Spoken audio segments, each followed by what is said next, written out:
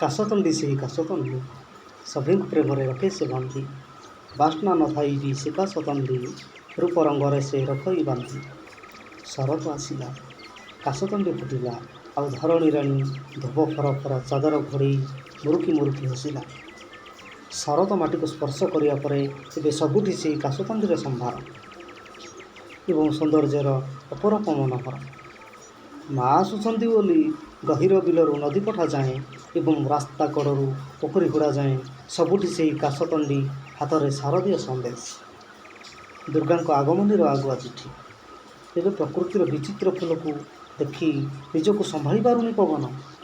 ଏଇ ଦେଖୁନାହାନ୍ତି ତା ସହ କେମିତି ଖେଳୁଛି ଆଉ ତା କମରରେ ହାତ ମାରିବା ସହ ତାକୁ କେମିତି ଖିଲି ଖିଲି ହସାଇ ମଝି ବିଲରେ କେମିତି ତା ସଙ୍ଗେ ମିଳନର ଢେଉ ଭାଙ୍ଗୁଛି।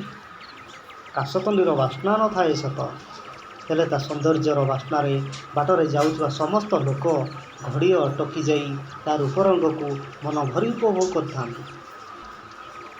କବି ଆଉ ଲେଖକମାନେ ତ ଆନମନା ହୋଇଥାନ୍ତି।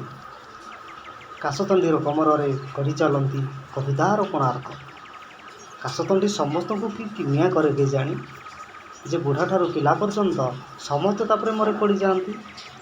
ଆଉ ସେଇଥିପାଇଁ ବୋଧେ କାଶତଣ୍ଡିକୁ କେହି କେହି ପ୍ରେମିକା ବୋଲି ମଧ୍ୟ କହିଥାନ୍ତି। ଅଭିମାନୀ ପ୍ରେମିକାର ମାନଭଞ୍ଜନ ପାଇଁ ପ୍ରେମିକଟି ତା ପ୍ରେମିକାର କାନ ତଳେ କାଶତଣ୍ଡିର କଅଁଳ ସ୍ପର୍ଶ ତାକୁ ମନେଇ ଦିଏ।